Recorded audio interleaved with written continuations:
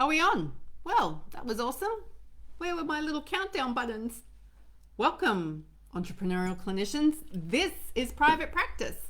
And that little hiccup in the beginning of what's going on kind of sets the tone and the mood for how my day has been today. Have you ever had one of those days where, crazy hair, where you were very sure about what you needed to get completed, and you had it all mapped out and all set out, and then all these little, seemingly little things, and you kind of go, I'll just do that, I'll just do that, I'll just do that, I'll just do that. And then all of a sudden, none of the big things feel like they're getting done. That's been my day. So I feel like I'm going to be at my desk for a little while longer today, which is okay, because tomorrow afternoon I need to stop working. I want to say a massive thank you to all of you who commented and sent me messages of encouragement. To those of you who heard me on my episode yesterday talking about the fact that I don't have a lot of positive cancer stories to reflect upon. And I had a few of those sent to me yesterday and overnight, and I really appreciate them. And I appreciate you and appreciate the fact that you want to support and encourage and be a part of this journey with me. I tell you what, it makes it a little easier. Makes it a heck of a lot easier. So I did a vomity thing today. I have a bit of a love-hate relationship with LinkedIn. For my private practice and my speaking and my writing, LinkedIn is a huge source of PR opportunities for me. But I feel very naked when I go to LinkedIn, especially around this really personal stuff. But I created a video specific for my LinkedIn audience, specifically talking into Purple Co and my private practice, and got the awesome Nicola to tell me that it was a great video and that she felt assured and confident about what I was talking about and how the service, how Purple Co is going to exist, whether I'm around 100% or not. So that's been a bit nerve-wracking today as well. There are a few people who have reached out to me probably since February who have been asking, how do you get yourself organized to cope with such a big interruption? And I didn't want to talk into it in terms of my health, because we've all been dealing with massive interruption with what COVID presented to us.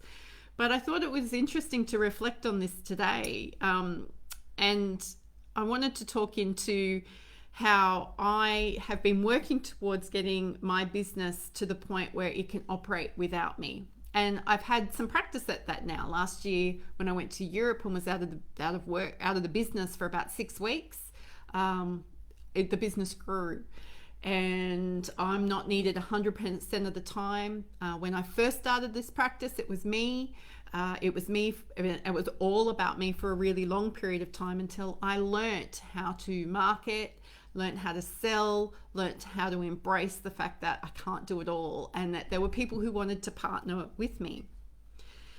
So one of the precious things that being responsible for your own private practice gives us is being responsible and having opportunity, and then having freedom of choice when situations arise that kind of can come out of left field or knock us for six. But it's about making sure that you've got really solid foundations that allow you to keep doing what you're doing. This is one of the things that really concerns me about a lot of clinicians in private practice who have essentially created a job for themselves, where if they don't go out and see clients and get paid a transaction, client pay, take home money. If they're not thinking about insurance or wealth creation or alternative sources of income, then you get to a point where an illness or an injury or the need for a vacation, which we should all be taking, or the extra training you might want to do, it becomes something that you resent. And then your work becomes something that you resent. And then your clients become something that you resent. And then you start to feel like you're failing and that you can't cut it, when really what's happening is you are starting to ask different questions, which is, how much more of this can I do? Are there other ways of doing this? Why am I so tired all the time? So I don't have a concern that my business will fail because I got sick with cancer. I built this and if I built it once, I can build it again. And for me, being able to say that and do that gives me so much more reassurance and freedom and sense of peace. Because if I had a cancer diagnosis and needed to go to an employer and say, hey, I might need 6 months off work, I don't know whether I would still have a job. If I tried to go back to work and tried to work at 100% performance when I really wasn't doing that well, what would that do to my health? Now, fortunately, there are awesome companies like Purple Co that help people experiencing injury, illness, and trauma to negotiate true flexible working conditions while they're recovering. So I feel like I've got a little bit of knowledge there. But it still doesn't take away from the burden of an employer. If you had somebody who said, I can't guarantee I'm going to be present for 6 months, I can't guarantee I'm going to be productive for 6 months, would you want that person in your business? So having my own practice and being able to build it the way I want to build it based on the values that are important to me has allowed me to go, I need some recovery time. I've done the hard work. I have gone through really cash-strapped times to make sure I can pay for appropriate insurances. I've gone through really cash-strapped times to make sure I can pay for employees rather than everybody being a subcontractor. I have put myself out there in very vulnerable and uncomfortable ways to make sure that our marketing and referral processes work and that our relationships are so solid that me becoming unwell and needing chemotherapy now becomes a community recovery effort, not just Joe doing it in isolation behind a closed door. So to all of you who are wondering, how do you get yourself organized for this? How do you prepare for this? How do you put risk management in place so that a serious illness doesn't sideswipe you? Well, this is how you do it. You do it by making sure that you have the fundamentals of your income. You've got to start with, how much money do I need brought in to keep myself afloat, to keep my family afloat, to serve my clients the way I want to serve them. So I can't strongly enough ask you to please consider what it would take for you to need 3 months out of your business. Now, if that meant you just closed your doors for 3 months and you allowed all your referrals and all your clients to be serviced by other people so that you could just have 3 months of recovery time, that's awesome. Because if you felt able to do that, chances are you feel confident to be able to restart your practice at the end of that time, whether it's 3 or 6 or 12. I think what's difficult for us is that we get caught up in not reviewing our returns on investment, not reviewing our insurances, making our business still all about us, even though we've got other people around. I can assure you where I've run out of money and when I've run out of energy and when I've run out of faith in what I'm doing, it's when I've not had enough diversity in income streams.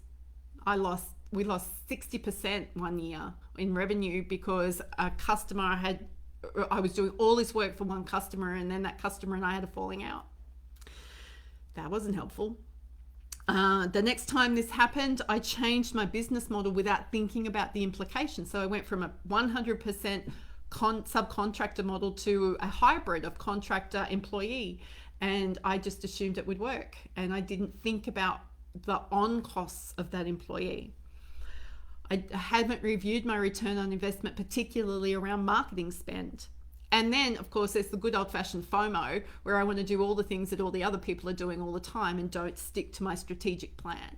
And those are the things that have derailed me in my business over the last 10 years. Those are the things that have brought me so close to going, oh, we might not be eating this week. Or, oh my gosh, my reputation is going to be so poor that nobody will want to speak to me ever again. And then we all know the story. I become homeless, my husband leaves me, and all of that catastrophizing that goes on.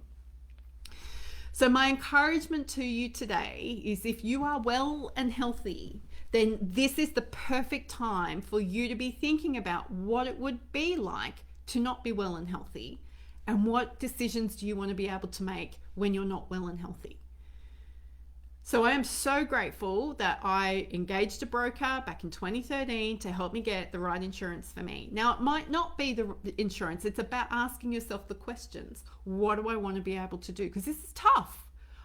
I cannot, the guilt of feeling like I am letting everybody down, my husband, my son, my team members, like I know I'm not, but that's still there. It's still innate in me. It's still a thing that comes up. So intellectually I can go, wait, that's unnecessary and not helpful. But you know, as an emotional human, having a human experience, I can still feel all of that guilt and that pressure. It's unhelpful.